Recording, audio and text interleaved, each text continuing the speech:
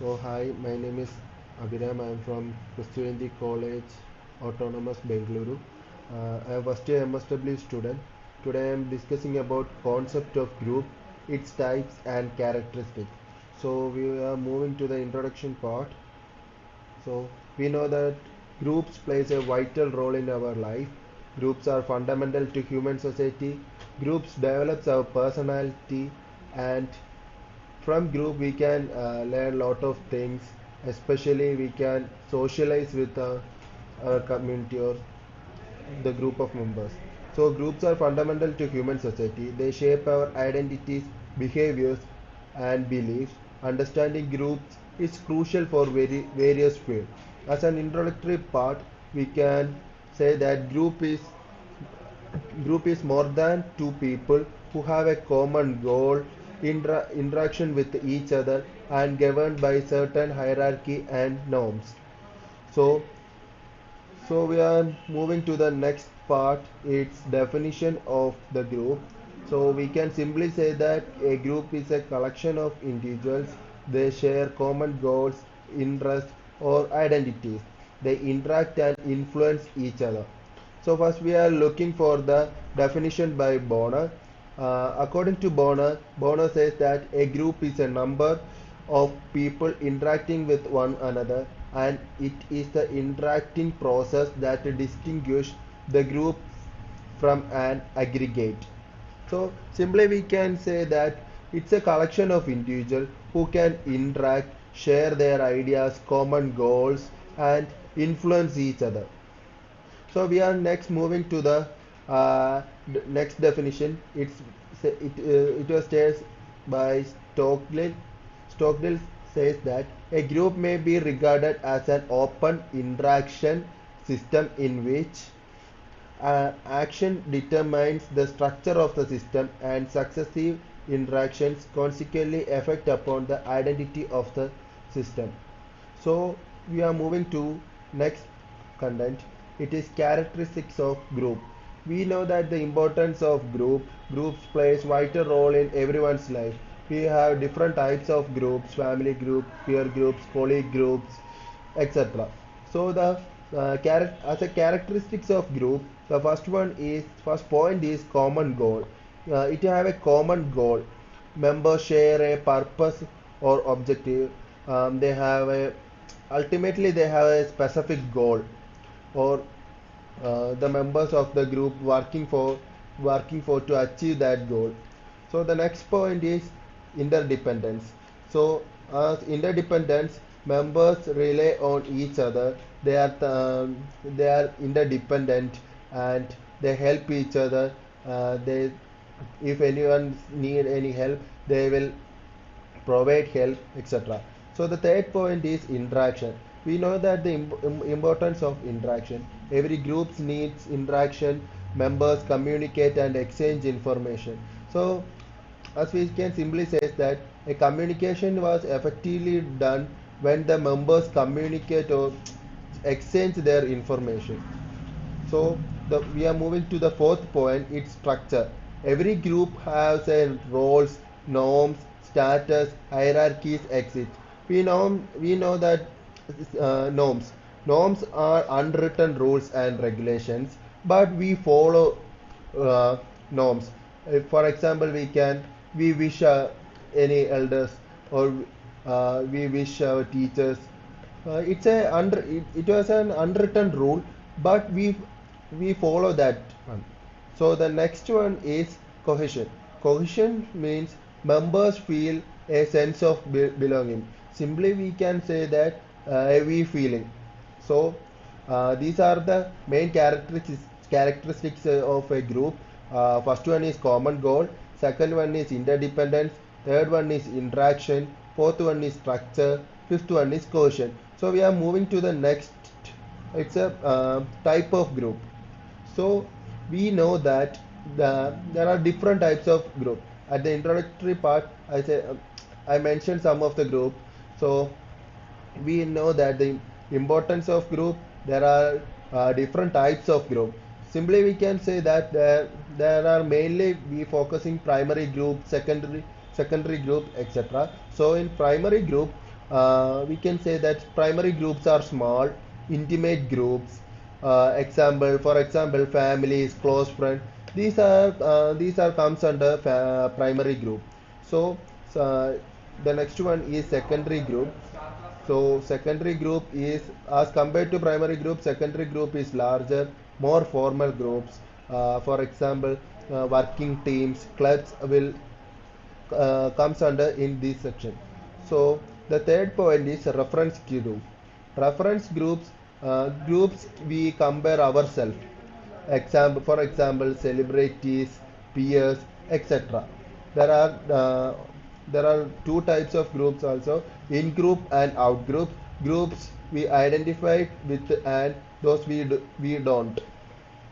So these are the important types of group, and there are a lot of groups also included. Involuntary groups. In involuntary group, membership is assigned or required. In involuntary groups, membership is required. Membership is a must factor. So if an individual is willing to join any group, in an involuntary group, membership is required, and individuals have little or no choice in joining. So we are moving to the next slide. It's also voluntary group. So we mentioned about involuntary group. So the next one is voluntary group. Voluntary groups means members choose to join based on shared interest or goals. We can say that like voluntary activities or volunteers. Those who are interested in this group, they can join this group. Members choose to join based on shared interest or goals. So the next one is open groups. Open groups is members is fluid. People can join or leave at any time. So in open group there was no specific time limit or specific condition or anything. Members can join or leave at any time. There is no procedures or something like that. In the case of closed group, so the next one is closed group. In closed group, membership is fixed. So in open group, membership is fluid. In closed group, membership is fixed. There is a specific number of members. So as comparing to open group, closed groups have more rules and regulations. So the next one is vertical groups. In vertical groups, we can say that it has a hierarchical structure with clear authority lines. Vertical groups have a hierarchical structure from the top position to uh, bottom position. It's a hierarchical structure with a clear authority lines. The next one is horizontal groups. It has a flat structure. In vertical group there are a hierarchical structure. In horizontal group it has a flat structure with equal power distribution among members. So the every members have equal rights and equal power. But in case of vertical group, there is a person as the higher authority, and some of them are under that person. But in horizontal group, uh, it's a flat structure with the equal power distribution among members. So these are the important types of group. So once again, we can say that uh, in types of group there are primary groups, secondary group, reference group, in group and out group, involuntary group, voluntary group, open groups, closed groups, vertical groups, horizontal groups. So we are moving to the next session. It's a group influence on human development. So I mentioned some of the key points in this PPT, this slide. The first one is socialization. So in socialization, groups have group. So we are discussing about group influence on human development. So in socialization, group shape our values, beliefs, and behaviors. First of all, I'm discussing mainly discussing about groups. We know that groups plays vital role in our life. Every individuals have right to join any type of group. So uh, if we join any group, we develop our socialization So uh, groups shape our values, beliefs, and behaviors. So the next one is identity formation. Groups contribute to our sense of self. We feel a uh, we feels our identity. We values our like we can easily understand our self-respect or like that. Identity formation also we can develop our identity formation. So group influences on human development. The first point is socialization, next one is identity formation, and the third one is emotional support. So groups provide comfort and security. Every person's need an emotional support in some circumstances, but if we are in a group, we can share our concerns or we can share our problems we facing. Our group members will, maybe they provide some tips or maybe they provide some solution to overcome that problem. Maybe they provide some emotional support. So our group members will help. First of all, in previous slide, I says that I discussed about that the we feeling interdependence about. So in emotional support, they provide an support, they provide a comfort. So these are the important points related to emotional support. So the fourth point is motivation. We know that groups can inspire and encourage us. So group members always push to achieve something more or it's something definitely needed. So motivation in motivation, groups can inspire us, encourage us. So the last point is conflict resolution. Groups can offer opportunities to learn and grow. Group can identify our problem. They can share about the solutions, tips, etc. And if we are a member in any group, we can identify our strength, weakness, and we can develop our personality. The important thing is we can develop our personality. So as a person, groups plays a vital role because there is lot of opportunity to grow ourselves. So these are the important uh, points in group influence on human development. So the next one is so we are moving to the conclusion part. So we are moving to the first sessions because first one is introduction, next we discuss about definition, and we comes to characteristics of group. Next we comes to types of group. There are a lot of types of group: primary groups, secondary groups, in groups, out groups, etc. Then we discuss about how a group influence on human development, and we comes to the conclusion part. Groups are essential to human life. They play a significant role in our development and well-being. By understanding group dynamics, we can enhance our social interaction and achieve our goal.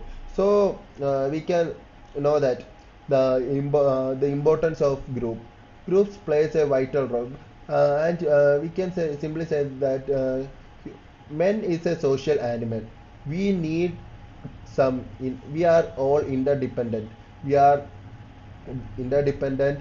We need a sense of belonging.